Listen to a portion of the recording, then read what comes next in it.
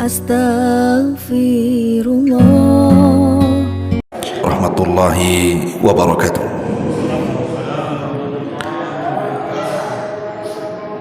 Alhamdulillah, alhamdulillahi rabbil alamin, wa bihi nasta'in wa ala umuri dunya waddin. Wassalatu wassalamu ala asrafil anbiya'i wal mursalin Sayyidina Muhammadin wa ala alihi wa sahbihi ajmain, amma ba'du. Hadirin dan hadirat yang dimuliakan Allah subhanahu wa ta'ala, alhamdulillah malam ini kita kembali bisa duduk untuk bertolabul ilmi di Masjid Nidaul Ilmi, dan pembahasan di malam hari ini kita akan mengambil banyak pelajaran dari seorang tabi'in yang sangat mulia, yang para ulama mengatakan majhulun fi ahlil ardi ma'rufun fi ahli sama. Tidak terkenal di bumi tapi sangat terkenal di langit.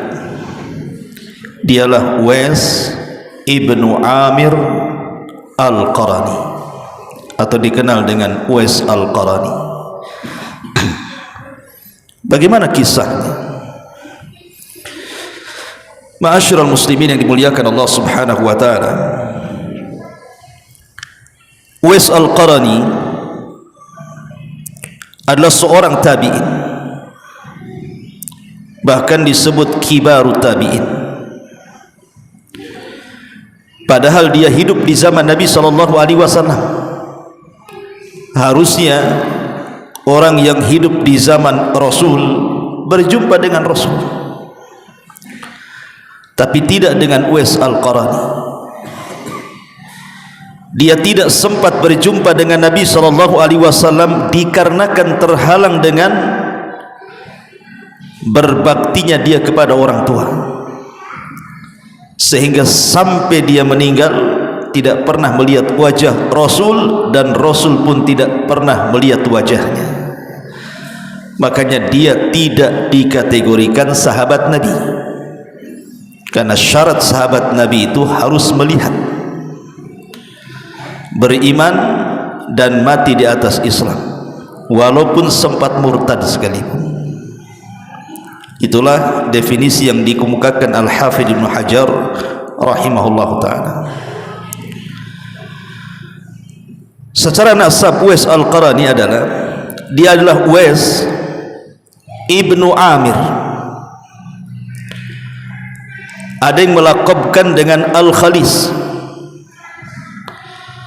dan Amir ibnu Juz ibni Malik ibni Amr ibni Sa'd ibni Aswan ibni Qarnin ibni Radman ibni Najiyat ibni Murad.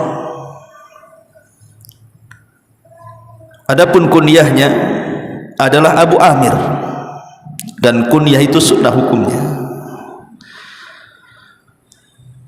Lahir, hidup semasa Nabi SAW, tapi tidak pernah berjumpa dengan Nabi. Dan dia kelak akan meninggal dalam peperangan ketika Ali radhiyallahu an berselisih paham dengan Muawiyah, kemudian terjadi perang Siffin. Lah Uwais ibn Amir al-Qarani ini termasuk tentara dari kubu Ali radhiyallahu an, dan meninggal di perang Siffin. Ma'asyiral muslimin yang dimuliakan Allah azza wa jalla, kalau kita melihat keutamaan seseorang, tentu kita harus komentar, mencari komentar orang lain yang berkomentar tentang dia. Al-Imam Adz-Dzahabi rahimahullahu ta'ala dalam kitabnya Siyar A'lamin Nubala, ketika beliau memuji Uwais ibn Amir al-Qarani ini, beliau mengatakan huwal qudwatu az-zahidu sayyidut tabi'in fi zamanihi kana min awliya'illahil muttaqin wa min ibadihil mukhlasin. Uwais adalah orang yang layak dicontoh karena sebagai qudwah, dan dia orang yang paling zuhud, pemimpin para tabi'in di zamannya, dan termasuk wali-wali Allah yang bertakwa, dan termasuk hamba-hamba Allah yang ikhlas. Cukuplah pujian Imam Zahabi rahimahullahu ta'ala menunjukkan siapa sebenarnya Uwais ibnu Amir al-Qarani ini. Bahkan dikatakan oleh Abu Nu'aim rahimahullahu ta'ala, faminat tabaqatil ula minat tabi'in sayyidul ubbad wa alamul asfiya minaz zuhad Uwais ibnu Amir al-Qarani.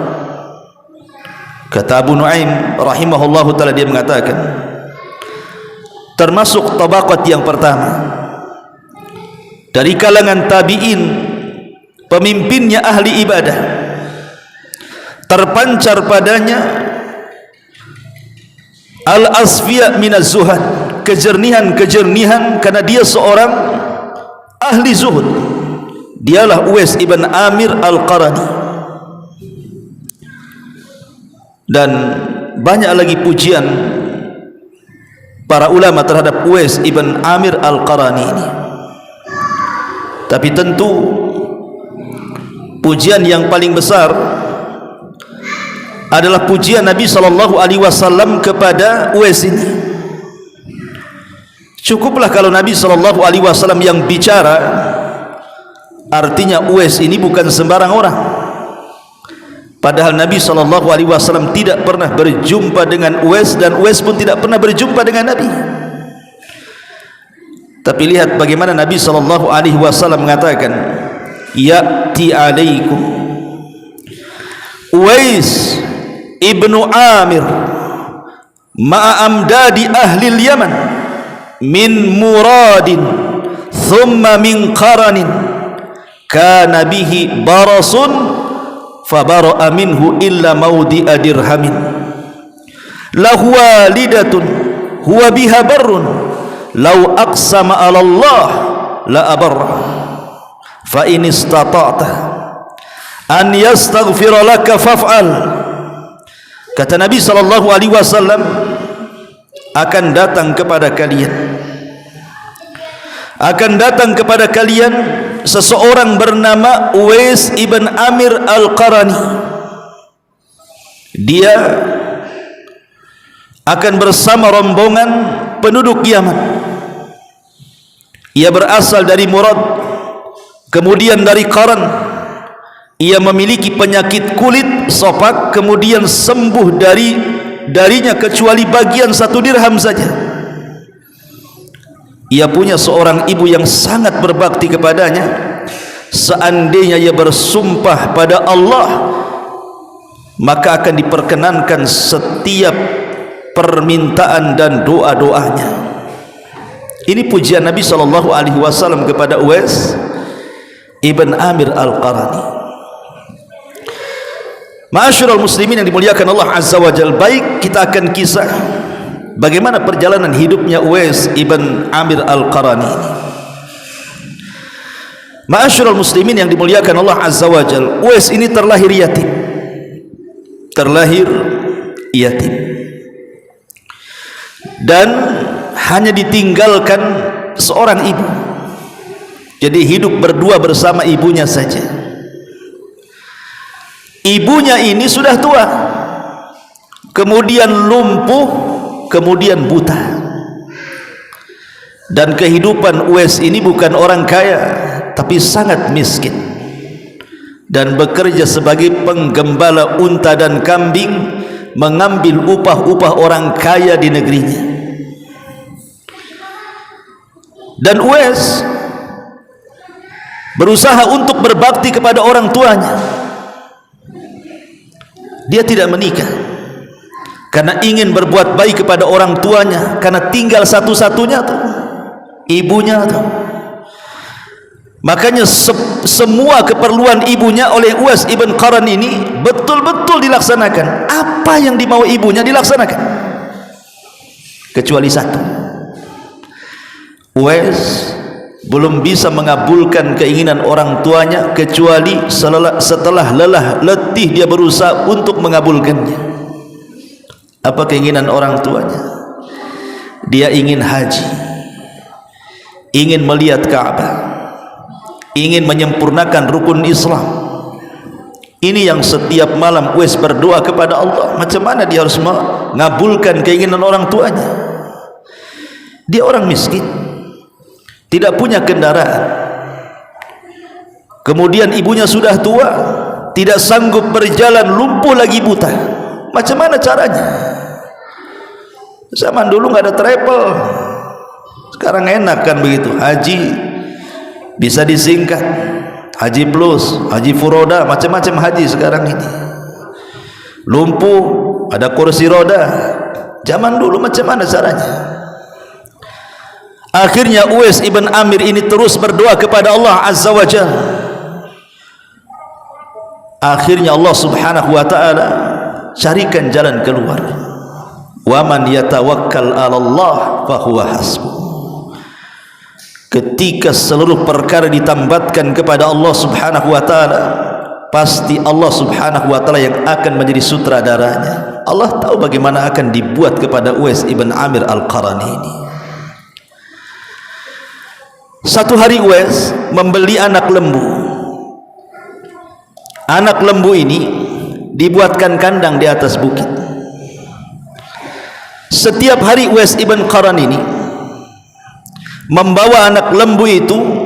Kalau hendak memberi makan, diambillah anak lembu itu, dipikul dari atas bukit ke bawah, dikasih makan. Habis itu setelah makan, dipikul lagi, diletakkan pula di kandangnya di atas. Mungkin antum terpikir nanti kalau lembunya sudah besar, Uwais dan ibunya naik lembu gitu ya. Mana bisa padang pasir naik lembu? Padang pasir itu tidak bisa ditempuh lembu. Kendaraan satu-satunya yang bisa menembus padang pasir itu hanya unta. Kuda saja tidak bisa, apalagi lembu pula yang jalannya kayak semut gitu kan. Kapan sampainya? Ya. Bukan itu keinginan Uwais. Bukan berarti membesarkan lembu itu untuk ditunggangi supaya dia bisa naik haji, bukan. Tapi Uwais ini sedang latihan fisik. Jadi dia sengaja menggendong anak lembu itu. Kalau dia ngasih makan, diambil anak lembu dari atas, dibawa ke bawah, dikasih makan, diangkat lagi oleh punggungnya sampai ke atas. Setiap hari seperti itu. Lembu ini binatang hidup. Setiap hari bebannya akan bertambah, sehingga tidak terasa bulan pertama, bulan kedua, bulan ketiga, sampailah datang musim haji bulan ke-8. Jadi kerjaan Uwais hanya mangkul lembu itu dari atas bukit ke bawah, dari bawah ke bukit lagi selama 8 bulan tuh. Sampai lembu itu menjadi 100 kg beratnya tuh. Gitu. Tangguh bantu mikul lembu 100 kg juga kan. Tapi itulah Uwais ibn Qaran. Dia sedang latihan fisik. Maksudnya apa? Untuk menggendong ibunya dari Yaman ke Mekah. Karena sudah latihan dia. Ya. Ketika betul-betul azam itu sudah sampai, dia kemukakan ibunya dan mengatakan, "Bu, kita akan haji." Maka ibunya dengan senang. Akhirnya kemudian Uwais ibn Amir al-Qarani ini betul-betul menyediakan tempat, ya semacam keranjang lah kan begitu. Kemudian ibunya diletakkan di keranjang itu, kemudian dipikul oleh Uwais itu. Kemudian berjalan dari negeri Yaman ke Mekah. Anda bisa bayangkan memikul orang tua.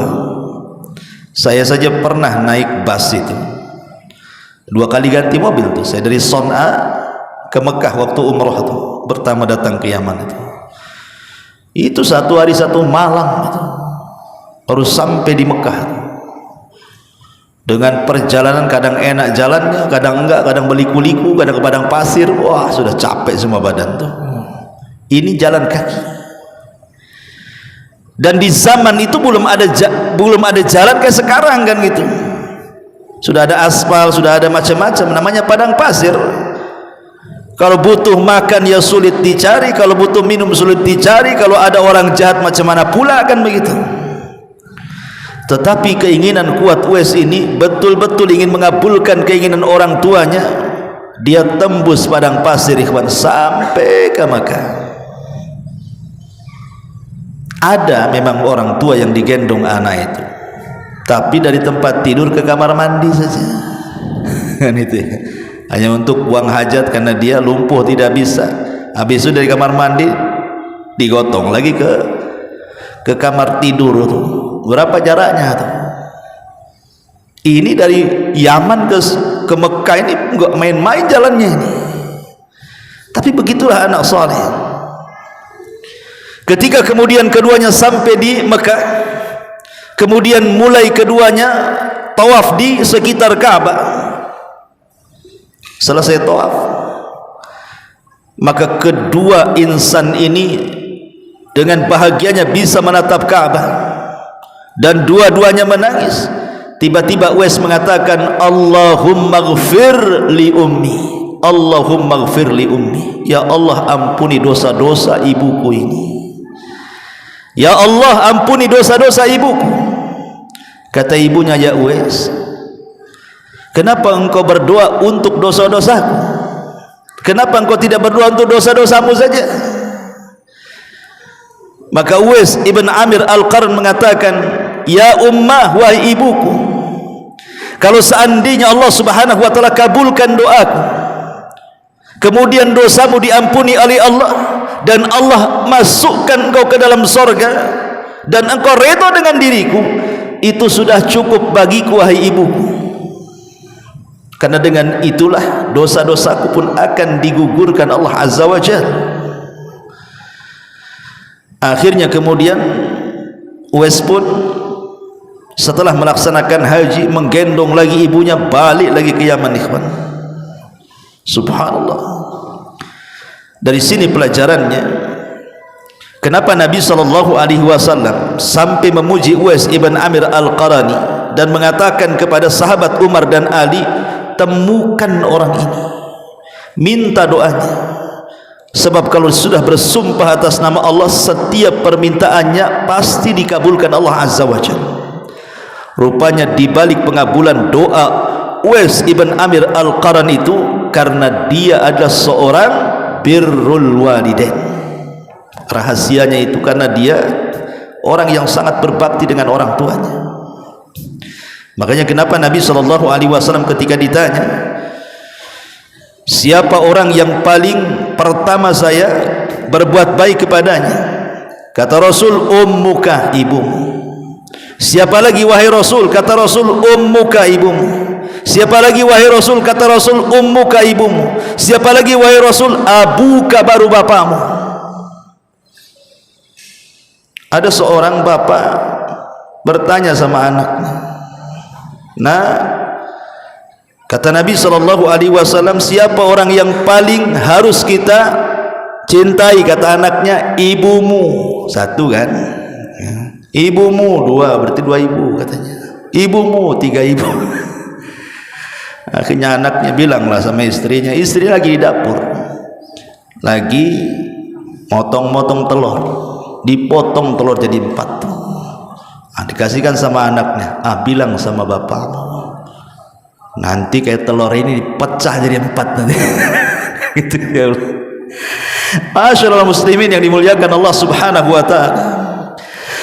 Di sini bagaimana Uwais ibn Amir Al-Qarani ini mengajarkan kepada kita birrul walidain. Makanya ketika dia hijrah ke Syam, kemudian terlibat dalam jihad bersama kaum muslimin dan menjadi terkenal gara-gara dia berjumpa dengan Umar dan Umar meminta doanya.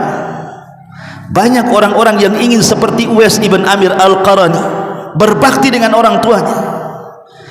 Padahal kurang-kurang apa coba ayat-ayat Al-Quran menjelaskan tentang keutamaan birrul walidain, hadis-hadis Rasul menjelaskan tentang fadilah dan keutamaan birrul walidain, tapi mereka ingin mencontoh itu dari Uwais ibn Amir Al-Qarani. Luar biasa. Makanya wajar kata Imam Zahabi dikatakan Al-Qudwah, menjadi percontohan orang yang sangat berbakti dengan kedua orang tuanya. Cukup sampai di situ? Tidak. Uwais Al-Qarani ini, walaupun dia pekerjaannya ala kadarnya, dia seorang penggembala kambing orang dan unta-unta orang. Artinya dia hanya mengambil upah saja kan, sama dengan Nabi SAW. Ketika dia menjadi penggembala kambing itu alal qararit, artinya hanya mengambil beberapa qirat saja, upah kecil, hanya bisa untuk memberi makan kebutuhan dia dan keluarganya dan ibunya saja. Tapi kalau seandainya ada rizki lebih, boleh jadi yang punya unta, yang punya kambing itu ngasih lebihlah rizki kepada Uwais ini. Maka Uwais ini terkadang memberi kelebihan rizki itu kepada tetangga-tetangga yang senasib dengan dia tuh. Bayangkan dia sudah miskin, tapi dia ingin membantu orang miskin. Ini yang luar biasa. Ada di zaman sekarang sudah kaya, tapi tidak mau membantu orang miskin kan gitu. Ini Uwais ini orang miskin, tapi kalau ada kelebihan harta dia berusaha untuk membagi-bagikan. Sampai-sampai Uwais ini berdoa kepada Allah Subhanahu wa taala. Jadi kalau dia tidak sanggup atau tidak ada rizki lah gitu ya untuk memberi makan tetangga-tetangganya, apa kata dia? Sebagaimana disebutkan oleh Sufyan Ats-Tsauri rahimahullahu taala, Uwais ini apabila terduduk gitu ya, temenung tidak ada rizki yang bisa disedekahkan, maka dia akan menengadahkan tangannya ke langit dan mengatakan, Allahumma inni a'tadiru ilaika min kulli kabidin ja'iatin wa jasadin 'arin laisa li illa ma 'ala dhahri wa fi batni. Apa kata Uwais? Ya Allah, aku minta uzur kepadamu dari setiap hati yang kelaparan, aku tidak bisa membantu mereka, atau setiap jasad yang boleh jadi tidak punya pakaian, aku tidak bisa berikan pakaian kepada mereka, sementara tidak ada pakaian kecuali yang melekat pada badanku, dan tidak ada makanan kecuali yang ada pada perutku saja. Lihat, orang miskin ingin membantu orang miskin. Makanya kenapa ketika Allah bicara tentang siapa para pendusta agama itu, ara'aita alladhi yukadzibu biddin fadzalika alladhi yadu'ul yatim wa la yahuddu ala ta'amil miskin, dan tidak menganjurkan orang untuk membantu fakir miskin, itulah para pendusta agama. Ma'asyiral muslimin yang dimuliakan Allah Azza wa Jalla, siang hari Uwais adalah pekerja keras karena harus menghidupi keluarganya dan membantu tetangga-tetangganya. Tapi kalau di malam hari, Uwais adalah ubad, ahli ibadah. Uwais adalah ahli ibadah.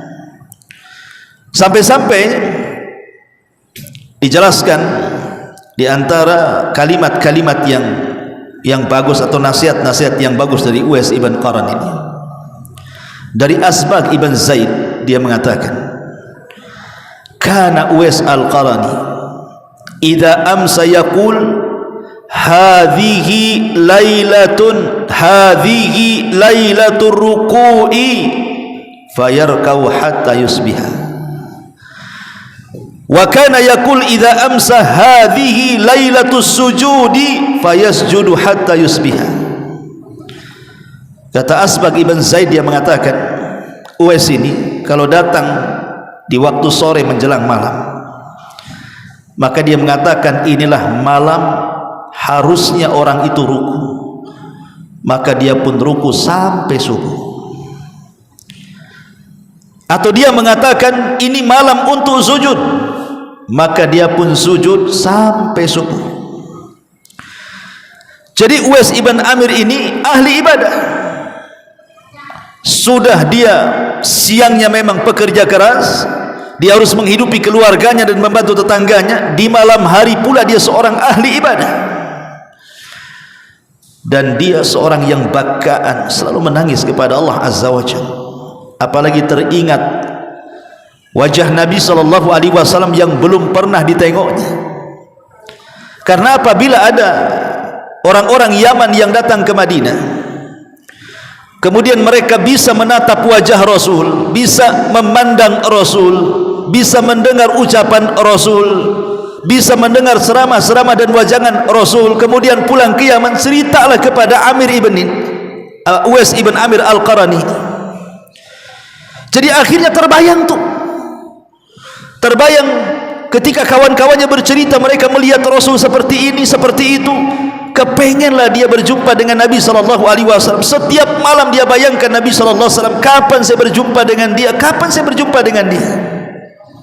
Uwais ibn Amir Al-Qarani ini kecintaan kepada Rasul luar biasa, sampai-sampai apabila dia mendengar Nabi SAW perang Uhud tahun ketiga Hijriah kan, dia kan tidak ikut terlibat perang karena memang berada di Yaman kan, tidak berjumpa dengan Nabi, tapi dia mendengar ada perang Uhud. Dan di perang Uhud itu Nabi SAW kan pecah gigi gerhamnya, sampai Nabi SAW melaknat orang yang memecahkannya dalam kunut subuh, dalam kunut nazilahnya. Maka Uwais ini seolah-olah ingin merasakan apa yang dirasakan Nabi SAW. Diambilnya batu, dipukulkan pula ke giginya biar pecah, sama seperti Nabi SAW merasakan sakit saat pecah giginya. Coba bayangkan. Tapi jangan ditiru ya, ini kan ijtihad dia. Jangan pula istri ketabrak motor pengen juga ketabrak biar merasakan macam mana lah istri ketabrak. Tuh bodoh lah itu namanya. Kan itu. Ma'asyiral muslimin yang dimuliakan Allah Azza wa Jalla, sampai seperti itulah kecintaan Uwais ibn Amir Al-Qarani kepada Rasul. Ijtihad dia seperti itu, sampai akhirnya betul-betul dia menghadap ibunya, ngomonglah baik-baik sama ibunya, Bu, izinkan saya lah berjumpa dengan Nabi sekali saja gitu. Kata ibunya, ibu koma iya bunaya, tidak bisa, kau harus tinggal di sini rawat aku ini sudah lumpuh, buta, sudah tua, siapa yang akan merawat aku kalau kau pergi? Tapi Uwais terus mendesak, akhirnya ibunya mengizinkan, tapi dengan satu syarat, kau boleh datang ke Madinah, jangan menuju lain tempat, langsung menuju rumah Nabi. Selepas kau berjumpa Nabi, memandang wajah Nabi, kau pulang lagi ke Yaman. Ma'asyiral muslimin yang dimuliakan Allah Azza wa Jalla, akhirnya Uwais pun mempersiapkan segalanya karena sudah dapat izin itu dari orang tuanya. Dia bekerja dengan keras, kemudian dititipkan orang tuanya kepada tetangga-tetangganya, kemudian dia siapkan perbekalannya. Berangkatlah Uwais ibn Amir Al-Qarani ini ingin berjumpa dengan Nabi. Sesampainya di kota Madinah, bertanya di mana rumah Nabi, dan langsung berjumpa dengan rumah Nabi. Karena kerinduannya kepada Nabi SAW, digedornya dengan keras tuh pintu rumah Nabi itu. Tiba-tiba ada yang membuka, masalahnya yang keluar bukan Nabi, tapi salah satu daripada istri Nabi SAW. Kemudian Uwais menceritakan bahwa dia orang jauh dari negeri Yaman, hanya punya waktu sebentar ingin berjumpa dengan Nabi karena aku harus kembali ke Yaman. Di mana Nabi SAW? Kata salah satu istrinya mengatakan, engkau sudah tepat, ini rumah-rumah Nabi, tapi Nabi tak ada. Nabi sedang berada dalam peperangan, sedang safar. Akhirnya Uwais pun berusaha lah menunggu, mungkin 2 hari 3 hari kan gitu ya. Tapi macam mana orang menunggu orang safar itu? Di zaman itu tidak ada handphone. Kalau di zaman sekarang iyalah kita bisa handphone kan. Nabi kira-kira kapan balik kan bisa itu dia. Kalau Nabi bawa handphone di zaman itu mana bisa? Semana caranya? Kata Nabi ya OTW kan itu kan bisa ditunggu. ya kan? Tapi di zaman itu macam mana caranya nunggu orang safar tuh? Bisa seminggu, bisa sebulan, bisa 2 bulan, bisa 3 bulan. Namanya orang perang. Sementara Uwais itu terganjal dengan apa? Dengan amanah ibunya. Dia harus cepat balik.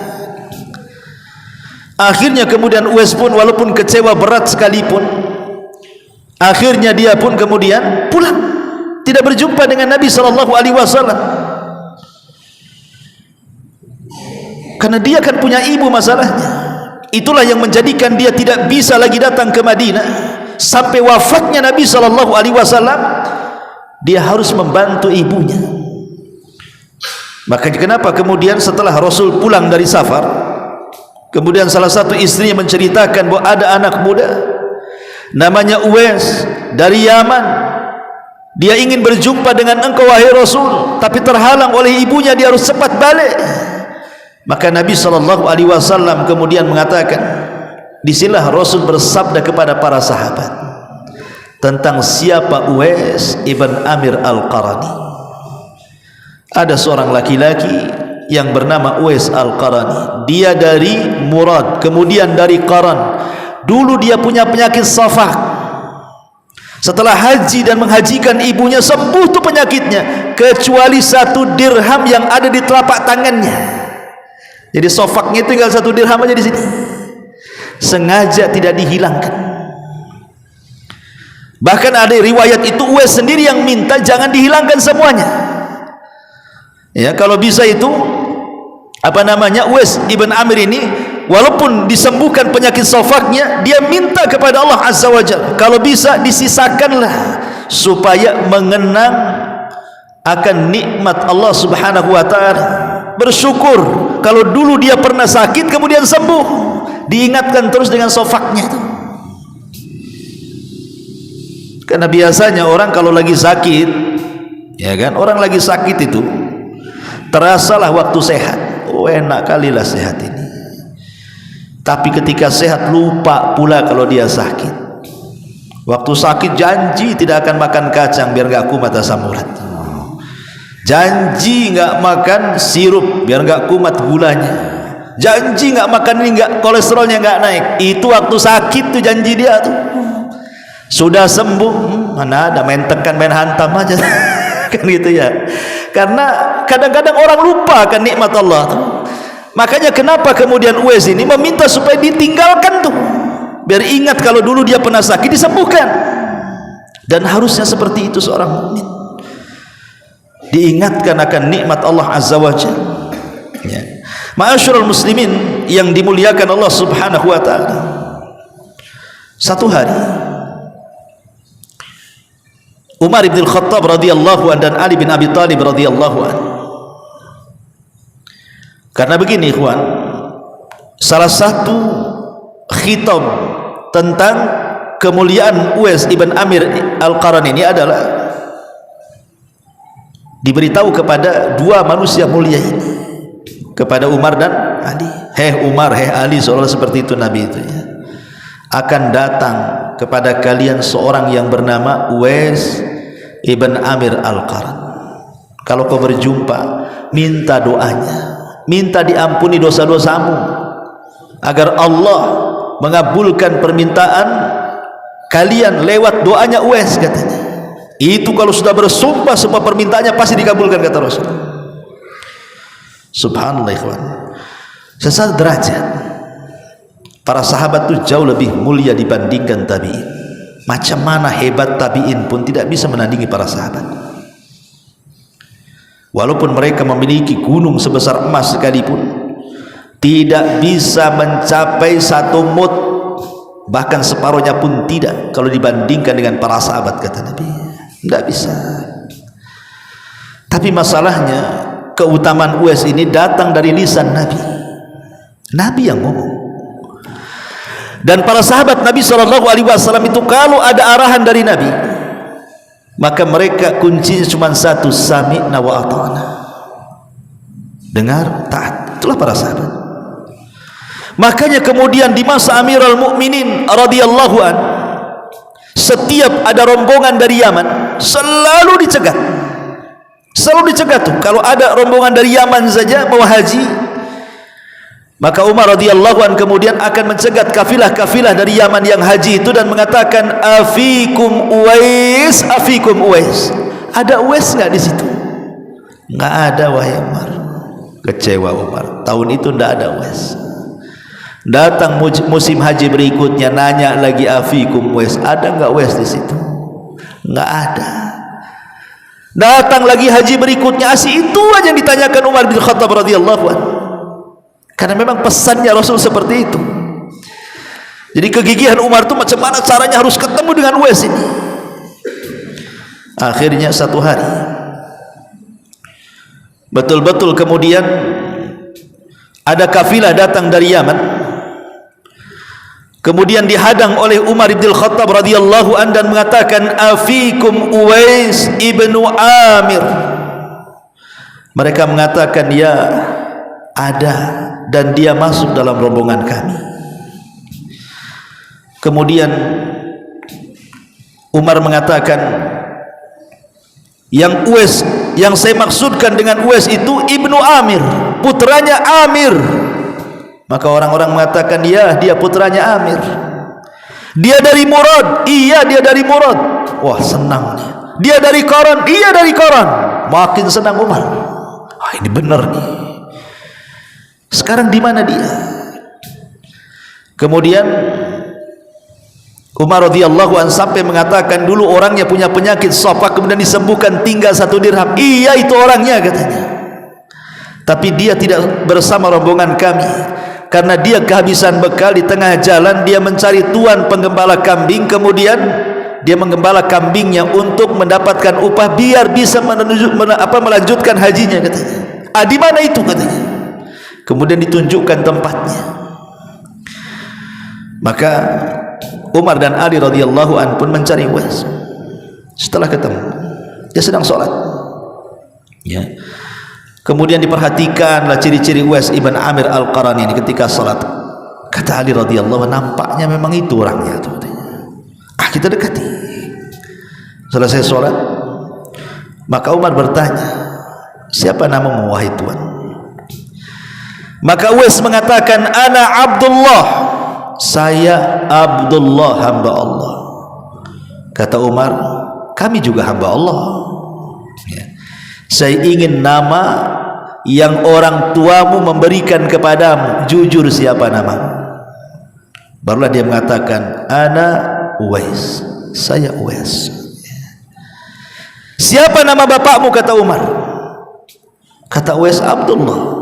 Semua kami Abdullah, wahai fulan. Siapa nama bapakmu yang dikasih nama bapaknya kepada bapakmu? Gitu ya. Baru dia mengatakan namanya Amir. Ada benar itu kan, Uwais ibn Amir. Kau dari Murad? Iya. Kau dari Qaran? Iya. Kau dulu punya penyakit sofa kemudian sembuh? Iya. Sumringahlah Umar bin Khattab radhiyallahu. Ini tuh orangnya. Bertahun-tahun dicari-cari, ketemu pula sekarang di depan mata. Maka Umar radhiyallahu an kemudian mengatakan, fastaghfirli ya Uwais, mintakan ampun kepada Allah untuk wahai Uwais. Fastaghfirli, mintakan ampun kepada Allah untuk wahai Uwais, kata Umar. Maka kemudian Uwais mengatakan, wahai Umar, Amirul Mukminin, engkau kan baru datang dari haji, ya, pasti doamu akan makbul lah kan begitu. Kenapa kau minta doa kepadaku? Kau belum, baru datang dari haji, ya. Maka kata Umar bin Khattab radhiyallahu anhu, ya, memang aku baru datang dari haji, tetapi doamu sangat mustajab, karena Nabi yang mengatakan. Akhirnya kemudian Umar pun kekeh meminta doa. Maka Uwais pun mendoakan Umar bin Khattab radhiyallahu an, tapi Uwais minta syarat untuk tidak memberitahu siapapun tentang dirinya. Kemudian kata Umar, aina turidu, selepas kau haji ini kau hendak pergi ke mana? Ditanya tujuan hidupnya. Kata Uwais, dia mengatakan, aku ingin ke Kufah, ke Syam, aku ingin berjihad di sana. Kata Umar radhiyallahu mengatakan, bagaimana kalau seandainya aku akan berikan kau rekomendasi surat, kau sampaikan surat ini ke pemimpin Kufah di sana, biar segala sesuatu hajatmu dipenuhi oleh orang-orang itu. Tetapi Uwais mengatakan, qala akunu fi abratin nas ahabbu ilayya, ya Amirul Mukminin, aku lebih suka menjadi orang miskin dibandingkan orang kaya. Tidak perlu, biar aku berjalan sendiri dengan ala kadarnya ini. Lihat tawadhunya Uwais bin Amir ini, ya. Lah kemudian setelah dia hidup di Syam, banyaklah orang-orang Kufah itu haji setelahnya. Setelah Uwais ada di Kufah gitu, orang-orang Kufah itu ada yang haji ke Mekah. Kemudian diceritakan sama Umar bahwa di sana lo ada Uwais, katanya. Kalau engkau datang dan menemukan dia, mintalah doanya. Kan Nabi SAW mengatakan, lau aqsama 'ala Allah la abarra. Dia itu kalau bersumpah atas nama Allah, semua permintaannya dikabulkan. Maka para pembesar-pembesar Kufah ini setelah mendapatkan informasi dari Umar bin Khattab, pulang dia ke Kufah setelah haji, dicarinya Uwais itu. Setelah ketemu, maka mereka pun kemudian meminta doa Uwais ibn Amir al-Qarani. Kemudian Uwais pun mengatakan, kenapa Amirul Mukminin beritahu sehingga semua manusia tahu tentangku? Dari situlah dia bersembunyi sampai ketika terjadi perang Siffin, kemudian dia terlibat jihad dan Allah wafatkan di Siffin dengan kematian yang syahid. Itulah Uwais ibn Amir al-Qarani rahimahullahu ta'ala. Sampai-sampai Nabi SAW pernah mengatakan dalam sebuah hadis yang dikeluarkan Imam Tirmidzi dan disahihkan oleh Syekh Albani rahimahullahu ta'ala, yadkhulul jannah bi syafa'ati rajulin min ummati aksar min Bani Tamim. Akan masuk surga sejumlah orang yang lebih banyak dari Bani Tamim dengan syafaat seorang laki-laki dari umatku. Sebagian para ulama seperti Hasan al-Basri rahimahullahu ta'ala ketika memberikan catatan kepada hadis ini, yang dimaksud seorang laki-laki dari umatku adalah Uwais ibn Amir al-Qarani, sebagaimana dijelaskan dalam kitab Mustadraknya karya Al-Imam Hakim rahimahullahu ta'ala. Wallahu alam. Saya ada acara di Jabal Uhud, mungkin sampai di sini dulu. Subhanaka wa bihamdika asyhadu an la ilaha illa anta astaghfiruka wa atubu ilaik. Allahu ta'ala alam. Assalamualaikum warahmatullahi wabarakatuh.